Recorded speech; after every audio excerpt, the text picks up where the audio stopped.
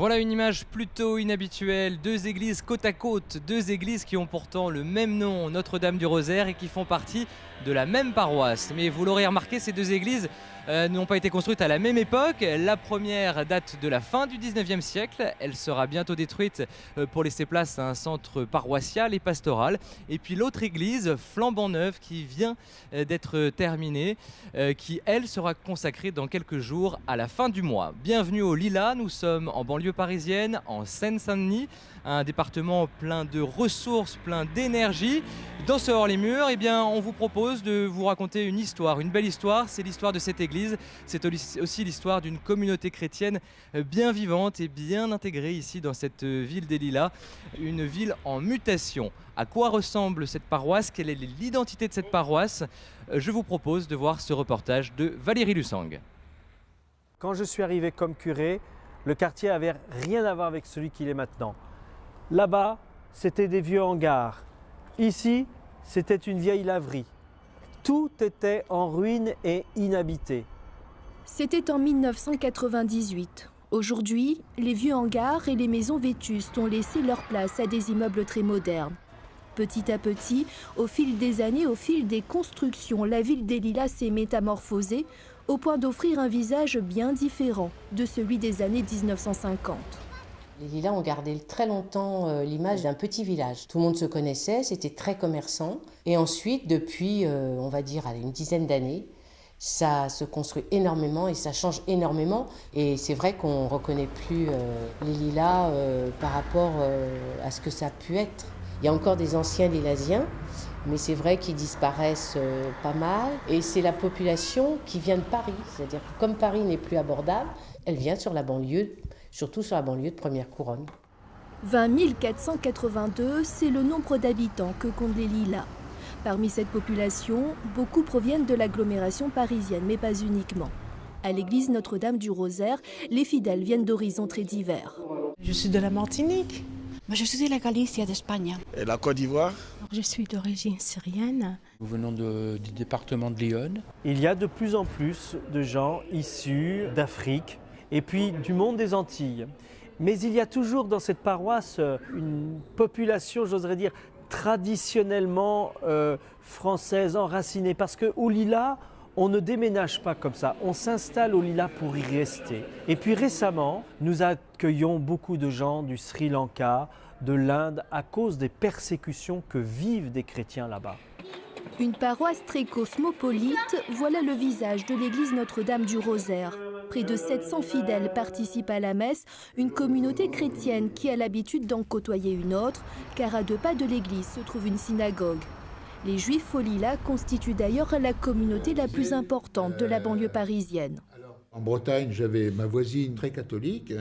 Elle a aujourd'hui 85 ans. Elle connaissait bien l'histoire des pérégrinations du peuple juif, etc. Oui, tout ça, elle connaissait très très bien. Je trouve que c'est très bien qu'on reconstruise au même endroit un édifice encore plus grand, encore plus beau. De mon côté, il y a un grand respect de ce qui se passe dans la fête du Shabbat, dans la célébration du Shabbat. Et c'est vrai, souvent, quand je célèbre l'Eucharistie, je m'associe dans mon cœur et dans ma prière avec la communauté juive qui prie en même temps que nous. Et il y a entre les deux communautés un profond respect mutuel. Merci mon frère. De rien. Super, c'est génial. Merci de nous avoir ouvert les murs. Quant aux activités de la paroisse, elles sont très variées. Ici, les fidèles se retrouvent tous les vendredis pour dire le chapelet à Marie, pendant que dans cette salle, des enfants de CM2 suivent un cours de catéchisme.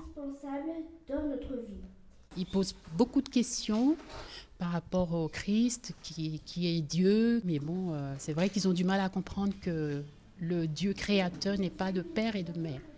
Mais la paroisse s'organise également des retraites et la journée de la famille, l'occasion pour tous, petits et grands, de se retrouver autour d'un repas convivial.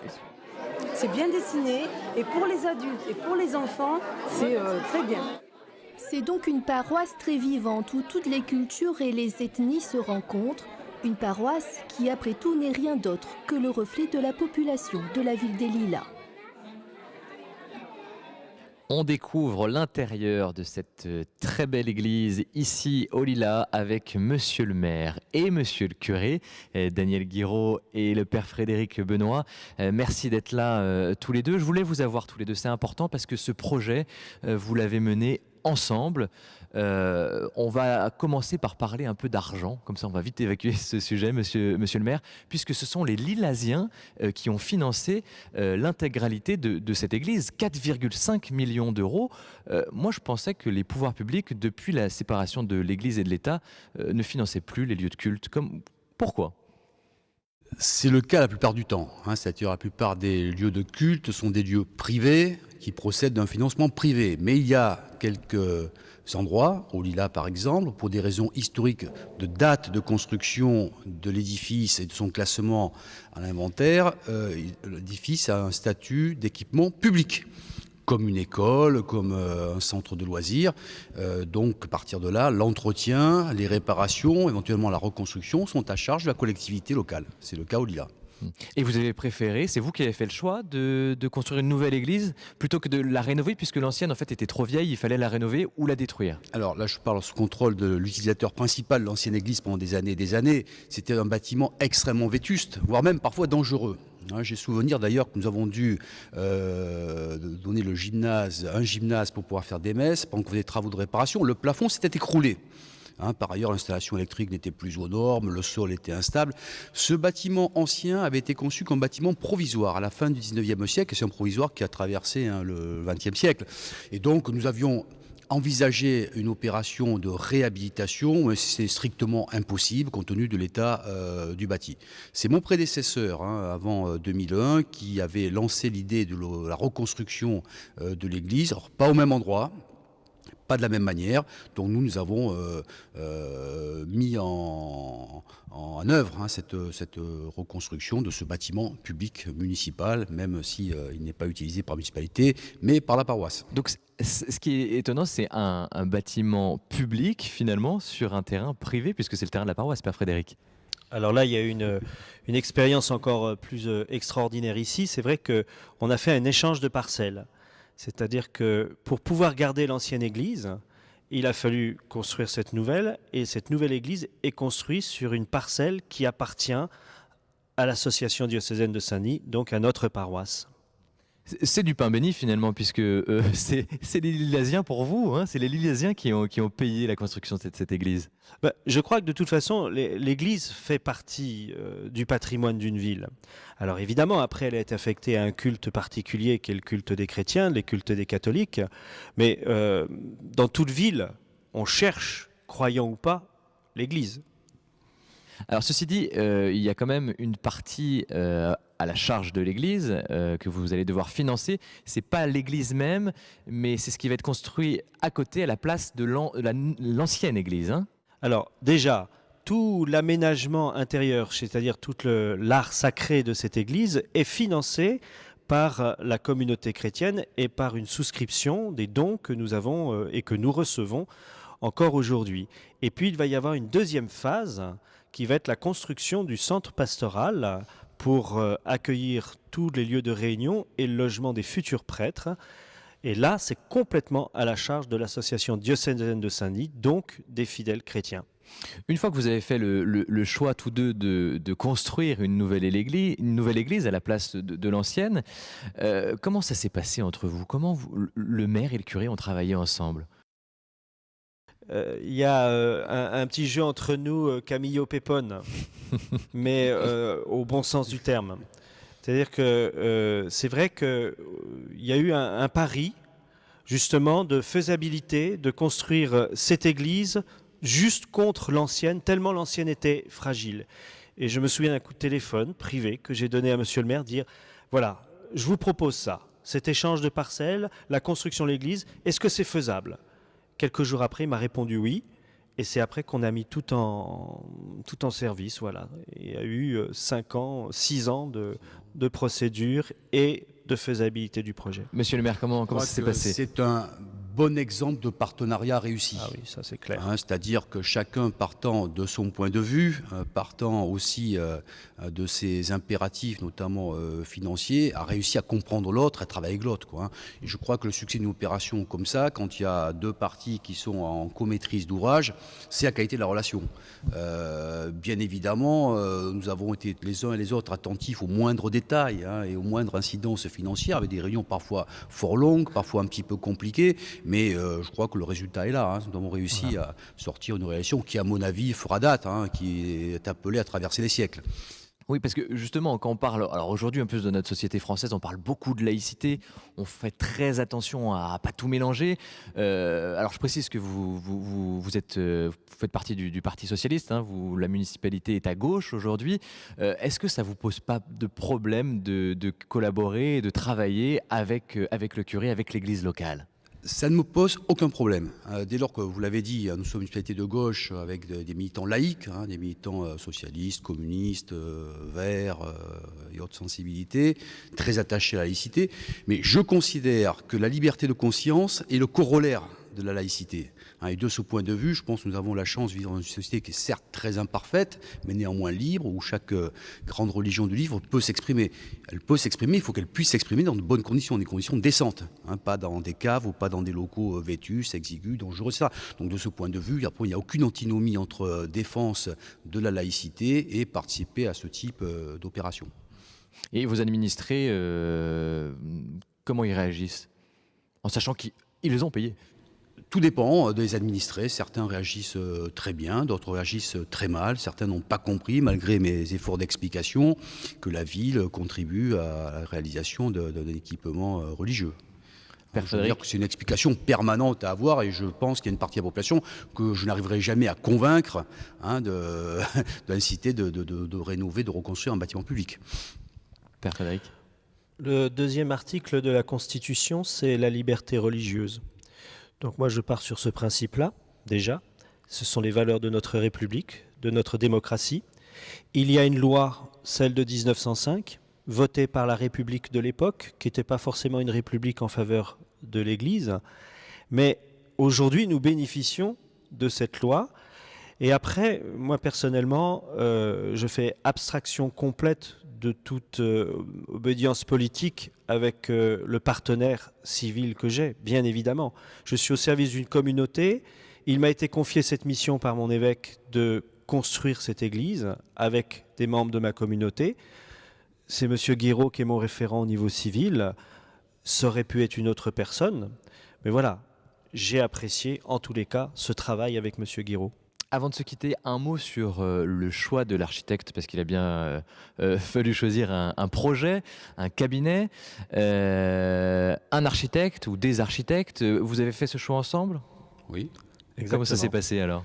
Nous avons pour habitude, à Ville-des-Lilas, sur toutes les réalisations, de mettre en place des comités de pilotage et de faire des sortes d'appels d'offres très très ouverts. Donc dans le cadre de la reconstruction de l'église Notre-Dame du Rosaire, nous avons sollicité des candidatures. Nous avons eu 42 candidatures de cabinets d'architectes, et puis voilà, nous avons fait le tri, nous avons essayé de trouver... Vous étiez d'accord tous les deux ? Oui. Tout de suite. Un appel. On est parti après sur une règle de l'appel d'offres public. Des règles de cet appel d'offres, et on a lancé ce concours d'architectes, à la demande d'ailleurs de Monsieur le maire. C'est Monsieur le maire qui a voulu qu'il y ait un concours d'architectes pour cette église. Eh bien, le lauréat que vous avez sélectionné, on va le rencontrer dans quelques instants.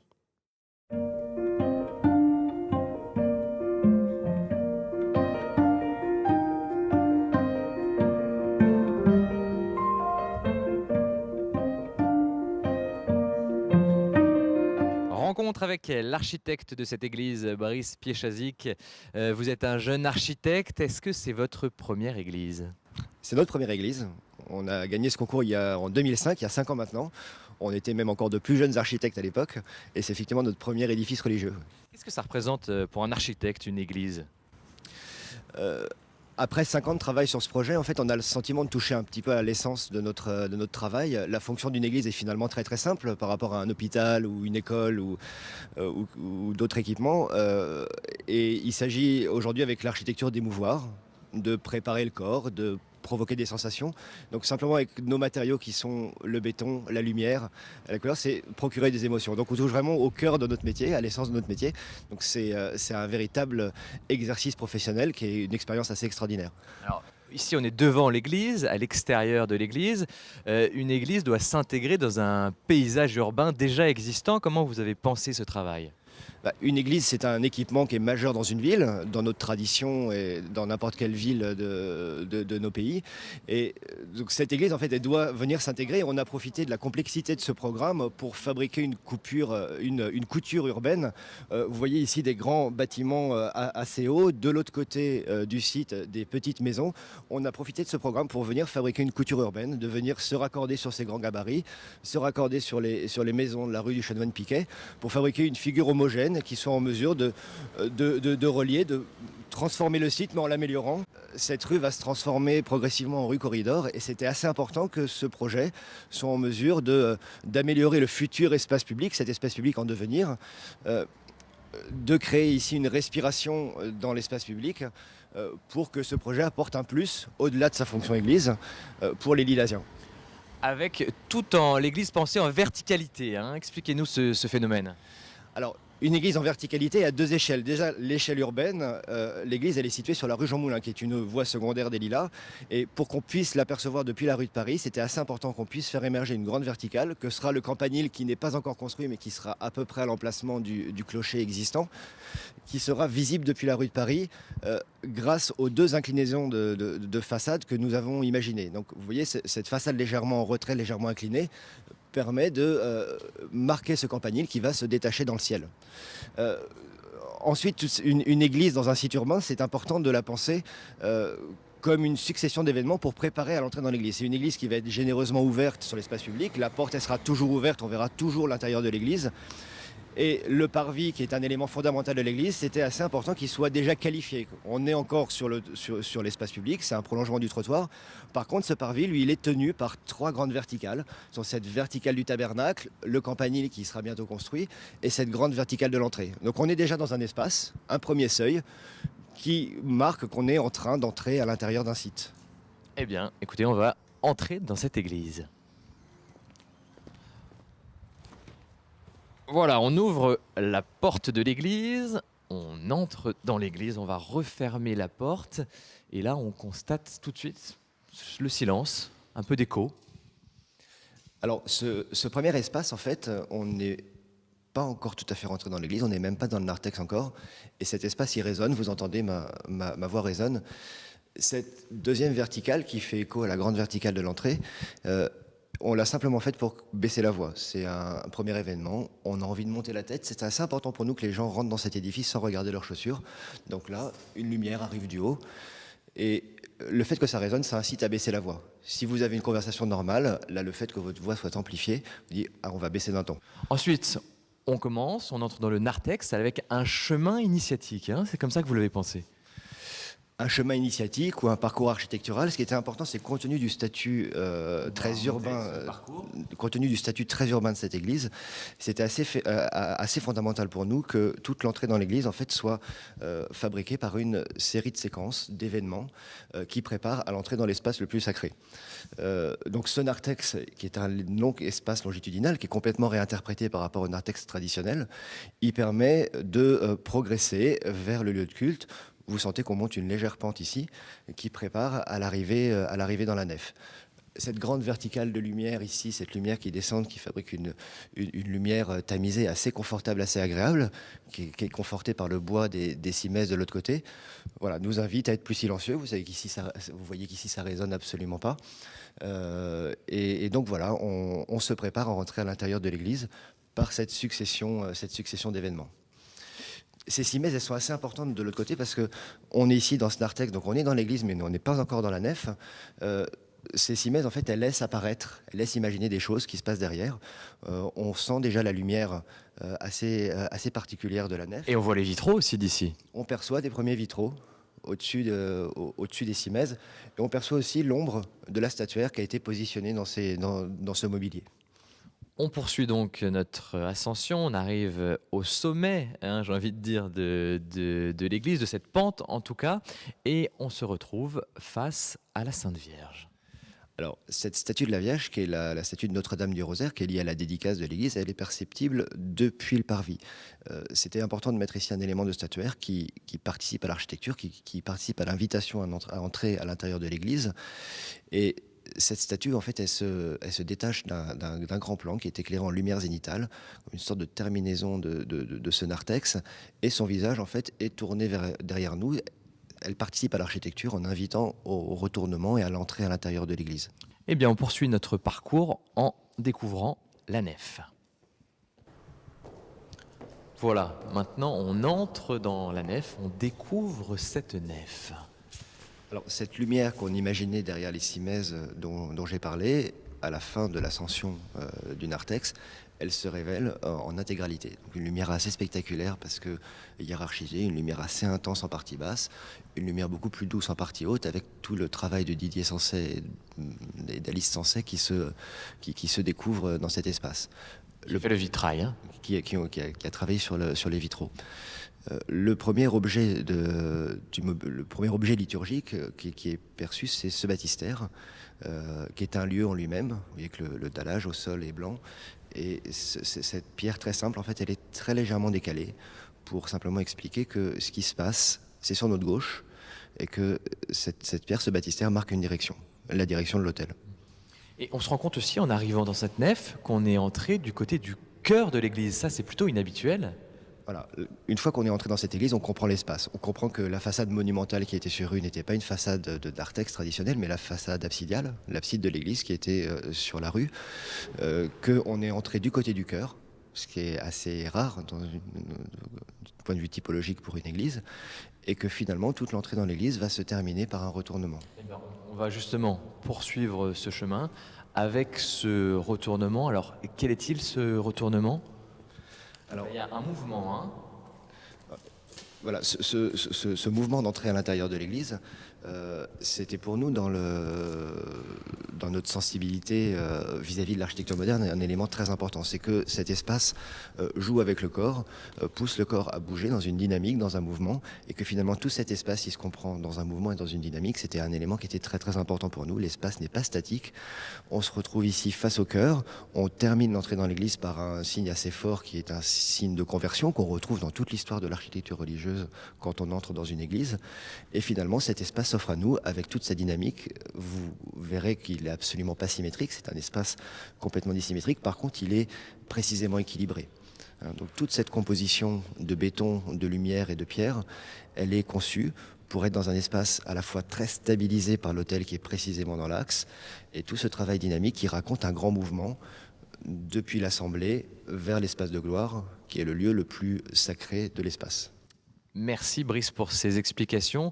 Et cet espace, eh bien, il faut bien l'habiller avec des vitraux, avec le chemin de croix et également avec du mobilier liturgique flambant neuf qui va côtoyer l'ancien mobilier de l'ancienne église. François Lespèce était sur place dans les derniers jours du chantier. On regarde son reportage. C'est le branle-bas de combat aujourd'hui, rue Jean Moulin, devant la nouvelle église Notre-Dame du Rosaire. L'autel va être livré et les derniers vitraux installés. Des paroissiens nettoient les quelques statues choisies pour migrer de l'ancienne église à la nouvelle.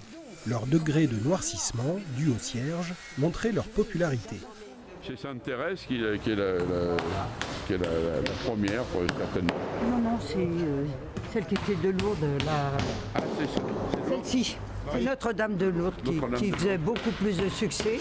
À l'intérieur, c'est une nouvelle statue de Notre-Dame du Rosaire qui est peaufinée par son sculpteur Dominique Quéplin. Une création beaucoup plus moderne à l'image de cette nouvelle église. Bruno Loire, le maître verrier qui a réalisé les vitraux, installe aujourd'hui les derniers panneaux. Alors aujourd'hui, on pose les derniers vitraux de cette église créée par Didier Sancet. Moi, ce qui compte, c'est que l'artiste soit content. Je trouve que ça colle bien à l'ambiance de l'église et c'est tout à fait conforme au projet qu'avait fait l'artiste. Et là, je suis un peu bluffé par les simulations par ordinateur qu'avait fait l'artiste et on est très proche de ces simulations. L'artiste Didier Sancet nous explique sa création. fallait respecter une certaine iconographie, à savoir celle des mystères des rosaires. Et donc les panneaux qui sont en train d'être posés aujourd'hui sont justement ceux des mystères. C'est parti d'une peinture de l'Annonciation de San Angelico que je trouvais tellement belle. Et finalement, il y avait un écho par rapport à cette architecture qui est une architecture moderne que j'ai trouvé pertinent. La partie basse du panneau est figurative, on appelle ça des prédelles, d'ailleurs ce sont des prédelles, et la partie supérieure est complètement abstraite. Et tout le reste, que ce soit le mur sud et puis la grande verrière à côté du tabernacle, est abstrait. C'est un travail abstrait qui est sur la couleur. Donc c'est un peu comme une grande peinture qui se découvre à travers les différentes ouvertures. Retour à l'extérieur avec l'arrivée de l'hôtel. En pierre massive, il a été conçu par l'équipe du cabinet d'architecture Enya. Là, c'est là qu'il va y avoir une dorure. Non, attends. Ici, ouais. Là, en dessous. Ici. Pesant plus de 3 tonnes, son acheminement jusqu'au chœur est un véritable casse-tête, car le sol de l'église risque de ne pas supporter son poids. Pendant ce temps, le petit groupe de paroissiens achemine les statues dans l'église. On va remettre des trucs propres pour éviter que ce soit ça. Mais attendez. Ah, vous les mettez tout de suite? Ah ben naturellement, ça y est, à l'endroit où on va les mettre maintenant. À peine le temps d'arriver, et déjà les statues sont placées dans leur niche, sous l'œil vigilant de Solange, paroissienne depuis plus de 40 ans, et qui a sa petite préférence. Moi, c'est Saint-Joseph. Saint-Joseph. Oui, j'aurais préféré peut-être qu'on mette Saint-Joseph. Ouais, c'est la Vierge, oui, d'accord. Ces statues, signes de l'histoire de la paroisse, ont ainsi trouvé leur place face aux vitraux contemporains qui pourront encore longtemps les illuminer. Voilà, on a pris un peu de hauteur avec Nicolas Boizard, diacre dans cette paroisse Notre-Dame du Saint-Rosaire, ici au Lilas. On est où ici d'ailleurs, Nicolas ? On est sur la tribune du fond, qui surplombe la nef proprement dite, parce que compte tenu de la place, il fallait mettre suffisamment d'endroits pour pouvoir accueillir tout le monde. Donc c'est pour cette raison qu'il y a 2 tribunes, une au fond et une tribune latérale, qui permet lors de grandes célébrations de pouvoir accueillir toute la population de la paroisse. Combien de fidèles en tout ? Il y a à peu près 600 personnes qui assistent tous les dimanches à la messe, mais il y a 3 messes, donc on pourra accueillir 600 fidèles ici, par messe. Et il y a à peu près 600 places qui sont réservées ici. Donc, mais c'est vrai que pour les grandes fêtes, comme les rameaux, comme Pâques, mais c'est vrai que c'est les rameaux qui est en général celle où il y a le plus de monde, il y a largement 600 personnes. Et donc, c'est une église qui sera adaptée aux besoins de la population et de la communauté chrétienne. Nicolas Boizard, vous êtes diacre, ça je l'ai dit, mais vous êtes aussi professionnel du bâtiment, ça tombe bien pour la construction de cette église. Vous avez supervisé un petit peu ce chantier. Expliquez-nous la technique au service du sacré. Oui, parce que c'est comme dans tout métier, il y a besoin d'un minimum de compétences techniques pour réaliser les choses. Alors bien sûr, il y a des compétences techniques qui existent déjà avec les services techniques de la mairie, avec l'architecte, mais mon rôle c'était un peu de faire l'interface avec la communauté chrétienne, d'essayer avec le Père Frédéric et puis l'ensemble de la communauté de définir quels étaient les besoins de la nouvelle église, comment la communauté allait célébrer dans cette nouvelle église, comment en fonction de ça on pouvait définir le programme, à la fois un programme pour le bâtiment lui-même, donc pour définir le nombre de places, la position, comment à partir de ce que Vatican II en particulier a rénové dans la façon de célébrer une église, et le traduire dans des éléments qui allaient guider les architectes pour pouvoir bâtir ce projet. Et puis aussi un autre aspect important, c'était une église, c'est aussi un certain nombre de choses qui contribuent à ce qu'on appelle l'art sacré, à la fois le mobilier liturgique, comme l'autel, l'ambon, mais aussi les vitraux qui sont derrière nous, la statue du Christ en gloire derrière. Donc comment essayer d'expliquer aux artistes qui allaient contribuer à tout ça, quel sens on voulait leur donner. Pour qu'il y ait du liant. Hein. Voilà, c'est ça.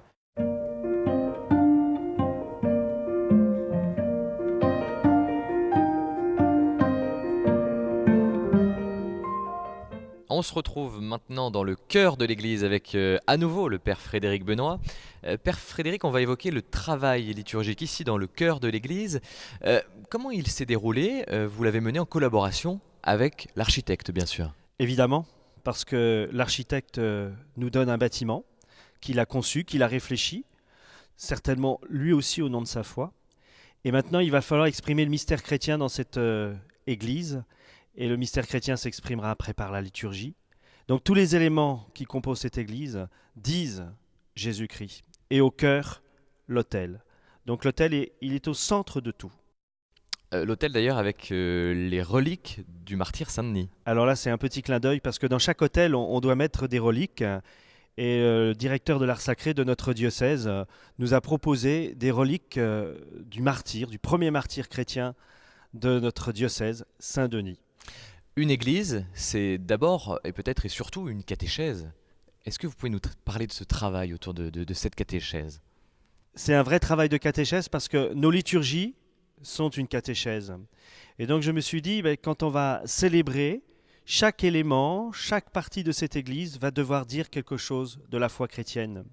Alors quand on rentre dans l'église jusqu'à l'arrivée vers ce grand Christ qui monte dans la gloire de son Père, eh bien il y a la catéchèse et il y a le mystère chrétien qui se dit. Ce passage de la vie à la vie à travers la mort du Christ qui est célébrée dans le sacrifice eucharistique, qui sera rappelé par cette grande croix qui n'est pas encore là, qui va arriver, et puis la mort qui passe à la vie éternelle avec le Christ, qui à la fois montre ses plaies, qui est là, mais qui part vers la gloire du Père, chemin pour nous tous. Ce Christ d'ailleurs est moderne, hein, on peut le dire. Vos paroissiens ont commencé à... Certains en tout cas l'ont déjà vu. Comment ils réagissent? Ce Christ au début fait peur. Même notre évêque a dit c'est un fantôme. Ce en quoi c'est un bon signe, puisque quand les apôtres ont vu Jésus ressuscité pour la première fois, ils ont dit c'est un fantôme. Alors ce Christ en fait, il est situé dans tout le mur. Tout ce grand mur est le mur de gloire, car à la fin d'une église, il y a cet espace de gloire. Et donc le Christ, il est dans la gloire du Père, il monte vers la gloire de son Père, mais il vient aussi montrer aux hommes qu'il est ressuscité. Il apparaît ressuscité. En fait, ce Christ reprend un peu l'apparition aux apôtres et à saint Thomas dans l'évangile de saint Jean. Plus généralement, comment on fait vivre la modernité d'une église construite aujourd'hui, hein, en 2010, 2011 même maintenant, et puis évidemment la tradition de la liturgie? Moi je trouve dans cette église, la modernité est au service de la tradition, et je trouve extraordinaire que des artistes très différents aient réussi à exprimer 2000 ans de christianisme à travers l'art moderne. Et je trouve que là, il y a un travail de réconciliation entre le moderne et la tradition qui est magnifiquement rendu dans cette église. Comment ça s'exprime justement? Eh bien, ça s'exprime à travers déjà ce travail d'artiste. Et chacun n'a pas essayé de reproduire quelque chose du passé. Il a exprimé son art d'aujourd'hui. Et à travers ça, ce qu'il croit, lui, aujourd'hui, du Christ. Et à travers cela, on va célébrer notre liturgie qui est fondée sur la tradition de l'Église depuis des siècles, bien sûr avec toutes les réformes de la liturgie, mais c'est la réforme de la liturgie du Concile Vatican II qui est complètement respectée et qui sera célébrée dans cette Église. Qu'est-ce que vous avez appris, vous, sur le plan liturgique, dans la conception, dans la manière dont vous avez mené ce projet? Quand il s'agit de donner à chaque artiste et à l'architecte un programme liturgique, bien personnellement, je me suis plongé dans tous les textes du Concile et dans tous nos rituels, allant du rituel du baptême, bien sûr au missel romain, et à travers le rituel des funérailles, pour après que chaque objet, que chaque lieu dise quelque chose de notre liturgie et donc dise quelque chose de notre foi. Et vous me disiez en préparant l'émission que vous aviez appris presque plus qu'au séminaire. Peut-être parce que j'étais un mauvais élève au séminaire en liturgie. C'est vrai que les cours de liturgie ne me passionnaient pas complètement. Mais c'est vrai, là aussi, depuis que je suis curé d'ici, je crois avoir évolué et changé dans ma manière de célébrer. Et d'avoir relu parce qu'il fallait faire une église, tous les rituels, eh bien, mon comportement, ma manière de célébrer Jésus-Christ chaque dimanche ou même chaque semaine, je crois, a évolué. Mais ça, il faudrait le demander peut-être aux paroissiens. Je vous le demande à vous, qu'est-ce qui a changé? Intérieurement, j'ai changé. Intérieurement, j'ai changé même dans le sens même de mon ministère. Je me dis, voilà, un prêtre, il est toujours débordé. Mais il faut que je mette au cœur de ma vie de prêtre la célébration des sacrements. Et cette église, pour moi, c'est un joyau parce que, c'est vrai, j'en suis fier, je vais le dire, parce que chaque élément va me permettre de vraiment signifier Jésus-Christ dans cette grâce des sacrements qui est donnée à célébrer aux prêtres. Parce que quand vous allez présider la messe, là, derrière l'autel, qu'est-ce que vous allez voir? Comment vous allez, voilà, par rapport au lieu, comment vous allez vivre ces célébrations? Là où je serai dans le cœur, je vois toute l'assemblée. Il n'y a pas un lieu de l'église qui échappe à mon regard. Ça, c'est déjà extraordinaire. Ça veut dire que c'est le peuple de Dieu qui est rassemblé autour du Christ. Et quand on déposera le pain et le vin qui deviendront corps et sang du Christ, le Christ est au cœur de la vie chrétienne et tout le peuple de Dieu forme un même corps en Christ. Cette église, à quel point c'est un changement pour votre communauté, la communauté locale ici, la paroisse, les paroissiens? Notre foi, elle repose sur l'Exode. Notre foi repose sur la Pâque, le passage. Eh bien, la communauté chrétienne va vivre le 30 janvier, grâce à notre évêque, un passage d'une ancienne église à une nouvelle église. Pas une rupture, un passage. Et c'est pour ça qu'il y a dans cette église quelques éléments de l'ancienne église qui ont été déjà installés pour bien signifier que, avant nous, il y a eu plus de 100 ans de dynamique de la vie chrétienne. Et j'espère que pendant des années et peut-être des siècles, cette église permettra le dynamisme de la communauté chrétienne au Lilas. Père Frédéric, alors comment les paroissiens maintenant vivent-ils ce déménagement pas comme les autres, cet exode? Eh bien, Philippe Moret a passé un dimanche ici à la paroisse. En ce jour de la fête du baptême du Seigneur, comme tous les dimanches, Joy et Benjamin se rendent à la messe. Mais celle-ci a une saveur particulière. Ils sont enfants de chœur et dans quelque temps, leur vieille église va être détruite pour laisser la place à la nouvelle. C'est une grande émotion parce que ça fait des années que cette église elle existe. Je veux dire, j'ai fait ma communion ici. Mon petit frère a été baptisé ici, donc c'est vrai que c'est que des bons souvenirs. Pas d'autres souvenirs, toi? Moi, c'est la Saint-Christie où on est tous réunis, où on rigole tous. Ouais. Et après, effectivement, moi, c'est la Grande Croix dans la salle, avec Jésus dessus, elle est magnifique. Le père Claude Tchefou, lui, n'est vicaire que depuis 3 ans à Notre-Dame du Rosaire des Lilas. Un temps court, mais suffisant pour s'y être attaché. Cette église qui va disparaître, c'est une église qui m'a marqué dès le départ par son atmosphère intérieure. À tout moment, quand tu entres dans cette église, tu te sens dans des dispositions de prière. C'est vraiment un endroit idéal pour la prière. Frères et sœurs, dans la charité du Christ, donnez-vous la paix. Nicolas Boisard est depuis une dizaine d'années sur la paroisse. Il a été ordonné diacre permanent et s'est beaucoup impliqué dans le projet de construction de la nouvelle église. Son attachement va plutôt à la communauté. C'est des générations de chrétiens qui ont prié dans cette église, qui ont financé cette église, qui ont permis à cette communauté chrétienne de naître. Et finalement, moi, je ne suis qu'un des fils de ces générations de chrétiens qui se sont succédés au Lilas. Et c'est ça qui est plus émouvant plutôt que de perdre les pierres, enfin de perdre, entre guillemets, ces pierres qui vont disparaître. C'est vraiment cette espèce de communion des saints depuis le Christ qui nous a donné les apôtres et depuis 2000 ans, cette transmission qui se fait et c'est ça qui est pour moi le plus émouvant. On le voit, cette petite église à l'aspect vétuste avait le don de vite s'attacher les paroissiens. Sa disparition va d'autant plus marquer les vieux fidèles du quartier. Guy et Denise ont 80 ans de vie partagée dans l'ancienne église de Notre-Dame des Lilas. J'avais 14 ans, j'ai été baptisé, j'ai fait une communion, et puis j'ai été scout, j'ai dirigé le scoutisme ici, et jusqu'à mon départ au régiment. Et puis quand je suis revenu, on s'est mariés ici. En 1950. Nous nous sommes mariés ici. Cette semaine, nous allons continuer petit à petit. Face à l'émotion et aux craintes suscitées par ce déménagement un peu particulier, le père Frédéric Benoît, curé de la paroisse, prend le temps d'accompagner les fidèles dans les aspects pratiques comme spirituels. Nous allons vivre la dédicace, le rite de la dédicace de notre nouvelle Église, avec une méditation sur ce mystère de l'Église, de l'ancienne alliance à la nouvelle alliance. Et c'est dans ce grand mouvement de la parole de Dieu que nous nous situons et que nous allons vivre l'exode de cette Église à la nouvelle Église. Au final, c'est uni à la suite de leur pasteur que toute la communauté de Notre-Dame des Lilas s'apprête à quitter l'ancienne Église pour entrer dans la nouvelle. Je n'ai pas peur de laisser celle-ci pour aller dans celle-là, parce que je veux retrouver certainement le Christ qui est ici et qui est là-bas. Je veux retrouver la même communauté chrétienne.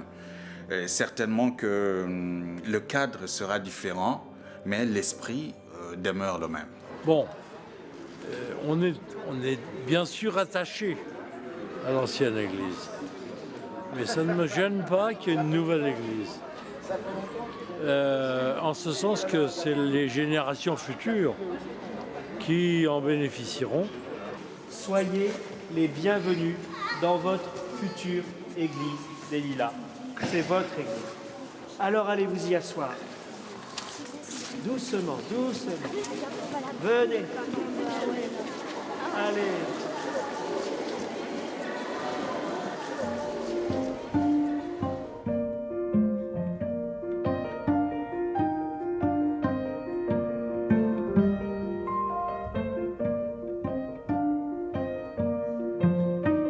Monseigneur Pascal Delannoy, merci de nous recevoir dans votre bureau ici dans l'évêché de Saint-Denis. Vous allez consacrer cette nouvelle église aux Lilas à la fin du mois. Il faut d'abord quand même préciser que c'est votre prédécesseur qui avait donné son accord pour la construction de cette nouvelle église. Hein. C'est comme ça que ça s'est passé. Tout à fait. Un mot sur le nom de cette église, Notre-Dame du Rosaire des Lilas. Vous ne l'avez pas changé de nom entre l'ancienne et la nouvelle. Voilà, et je pense que c'est une belle manière de signifier la continuité. Ce n'est pas simplement une nouvelle église, c'est une nouvelle église qui remplace une ancienne église. Et donc la communauté est déjà constituée, la communauté a déjà l'habitude de se rassembler. Et un beau moyen de s'inscrire dans l'histoire, de dire que l'histoire se poursuit, de dire que nous avons reçu de ceux qui nous ont précédés, eh bien c'est de garder le même nom, Notre-Dame du Rosaire. À la veille de cette consécration, de cette bonne nouvelle pour l'Église de France, pour le diocèse de Saint-Denis et bien sûr pour la communauté chrétienne aux Lilas, quel est votre état d'esprit? C'est une grande joie. C'est une grande joie parce que très souvent on entend dire que l'Église catholique est en perte de vitesse, que nos rassemblements dominicaux ne cessent de diminuer, etc. etc. Eh bien, construire une Église, c'est dire clairement que les croyants aiment encore se retrouver pour célébrer, prier, écouter la parole du Seigneur. C'est un formidable signe de confiance dans l'avenir. C'est dire avec force que l'Évangile pourra encore passionner des générations de personnes, des générations de croyants. C'est dire que nous ne sommes pas arrivés au terme du chemin, mais que nous sommes toujours en marche sur le chemin. D'autant que cette église sera encore un peu plus grande que celle d'avant. Oui, alors s'il fallait des signes, c'est extraordinaire, puisque de 300 places, nous allons passer à 500 places. C'est donc dire que nous croyons que l'Évangile peut encore aujourd'hui intéresser des personnes, des hommes, des femmes, et que ces hommes et ces femmes ont besoin de se rassembler pour accueillir cet Évangile et l'inscrire au cœur de leur vie. Imaginez une nouvelle église, construire une nouvelle église, est-ce que ce n'est pas quelque part un peu un pari sur l'avenir? C'est un pari sur l'avenir, certes, mais c'est surtout un acte de foi. C'est croire au plus profond de nous-mêmes que Dieu ne nous abandonne pas, qu'il est fidèle à ses promesses et qu'il ne cesse d'accompagner son peuple. C'est échapper à toute vision humaine pour essayer d'entrer dans la vision de Dieu. Dieu est là, présent, et il ne cesse de nous accompagner. avec un enjeu majeur pour cette communauté locale, cette communauté chrétienne des Lilas, puisque au Lilas, il n'y a qu'une seule paroisse. Oui, une seule paroisse, une seule communauté paroissiale qui est appelée à se retrouver régulièrement et qui est appelée, bien sûr, à vivre sa foi, à être signe du Christ sur ce territoire des Lilas. Alors, dans quelques mois, l'ancienne église va être détruite. Sur cet emplacement, il y aura un centre pastoral. Quelle est la mission de ce centre pastoral? Alors, le centre pastoral, c'est d'offrir des locaux qui permettront aux chrétiens de se retrouver pour faire de la catéchèse, pour se former, pour partager, etc. Et puis, ce centre pastoral a aussi une vocation d'hébergement. Nous y prévoyons le logement pour 3 prêtres, avec le souci de pouvoir permettre aux prêtres qui le souhaitent aujourd'hui de vivre en équipe. Ça, c'est nouveau? C'est nouveau, oui et non. De plus en plus, des prêtres font le choix de vivre en équipe. Je pense à la Fraternité missionnaire des prêtres pour la ville, qui est bien connue sur la région parisienne. Mais en dehors de ces fraternités, des prêtres aiment vivre sous le même toit pour mener réellement une vie d'équipe et favoriser des temps de partage et de convivialité entre eux. Est-ce que ça ne dit pas quelque chose aussi finalement, alors c'est local ce qui se passe au Lilas, mais quelque chose de l'avenir et de l'actualité de l'Église de France? Notre Église, effectivement, vous avez raison, notre Église est en train de vivre un renouveau. Et on le perçoit trop peu actuellement. Mais quand on se met à l'écoute, je pense notamment à l'Assemblée des évêques de France, quand on se met à l'écoute de tout ce qui est en train de se vivre et de se chercher dans les diocèses de France, on ne peut pas être désespéré. Que de vitalité, que de recherche, que de créativité. Alors tout cela n'est pas encore très visible parce que souvent tout cela est en train de pousser, c'est encore à l'état de germe, mais croyez-moi, la moisson sera abondante grâce bien sûr aussi au travail de l'Esprit Saint. Et d'autant qu'au Lilas, on est dans un lieu, dans une ville qui est en mutation, en transformation profonde. Ça, c'est un signe aussi, s'adapter. Parce qu'on est en Seine-Saint-Denis, c'est un département, malgré tout ce qu'on entend, qui a une vitalité assez exceptionnelle. Il y a du monde, ça vit, c'est vivant, à l'image de cette église qui se construit. Est-ce que là aussi, il n'y a pas un enjeu majeur? L'église, la nouvelle église est vraiment au cœur de la ville, au centre-ville. Et ce centre-ville vient d'être pensé par la municipalité des Lilas. Il convenait que cette ville est un véritable centre-ville avec un certain nombre de services, de commerces et de propositions. Et je suis vraiment très heureux que cette église soit au centre, parce que cette église, elle est le signe que dans cette ville, il y a une communauté chrétienne qui est soucieuse de vivre et d'accueillir l'Évangile. Mais cette église, elle est aussi signe pour tous ceux qui ne partagent pas notre foi ou qui sont, dirais-je, des sympathisants. Elle est un lieu qui se veut ouvert à tous les hommes, quelles que soient leurs convictions. Et j'espère bien que chacun aura plaisir à y entrer, ne serait-ce que pour admirer la beauté de cette église, la beauté de l'édifice, mais pourquoi pas y entrer pour y souffler, y respirer, peut-être s'y reposer quelques instants dans le silence en repensant à tout ce qui correspond à notre vie, à tout ce que nous souhaitons porter devant le Seigneur. Est-ce que là, on n'est pas finalement au cœur de ce qu'est la nouvelle évangélisation aujourd'hui?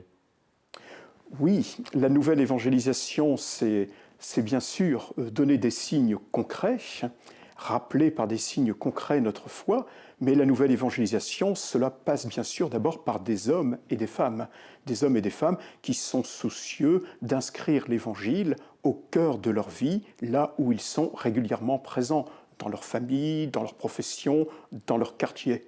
Et pour vivre cette mission fondamentale, pour évangéliser, eh bien, nous avons besoin plus que jamais de nous retrouver pour célébrer les sacrements, nous fortifier en communauté et également nous former. Un mot pour conclure cet entretien sur la consécration. On dit consécration parce que aujourd'hui, l'Église, en fait, qu'on a vu tout au long de l'émission, c'est juste un bâtiment. Elle n'a pas été consacrée. Qu'est-ce que ça veut dire, la consécration ou la dédicace? Il y a plusieurs formules. Voilà. Alors la dédicace, ça veut dire que le jour de la célébration de la dédicace, nous dédions ce bâtiment à Dieu notre Père. Et la consécration, ça veut dire que nous le rendons sacré. Ça veut dire que ce bâtiment devient l'un des lieux où Dieu se rend présent à son peuple. Il se rend présent à son peuple par les sacrements et notamment l'Eucharistie, mais aussi par sa parole et bien sûr par la communauté rassemblée. Donc ce bâtiment est dédié, il est consacré parce que désormais il devient lieu de rencontre de Dieu avec son peuple. Mais surtout, n'absolutisons pas le bâtiment. Ce qui demeure bien sûr premier et toujours important, c'est la communauté qui s'y rassemble, car c'est la communauté qui est aussi temple de l'Esprit Saint. Et l'un des premiers signes de la célébration de la dédicace, ne trompe pas, puisqu'il s'agit de la bénédiction du nouvel édifice. Mais avant de bénir les murs, j'aurai la joie et l'immense bonheur de bénir d'abord la communauté, pour rappeler que le lieu est ordonné à la communauté, ordonné à la rencontre de la communauté avec son Seigneur, avec son Dieu. Merci, Monseigneur Delannoy. Merci également. Voilà, pour conclure ce Hors les Murs, on se retrouve une dernière fois ici au Lilas, devant cette église Notre-Dame du Rosaire. Consécration à suivre en direct sur notre antenne, dimanche 30 janvier. Ce sera à partir de 9h du matin. On se retrouve très vite sur KTO.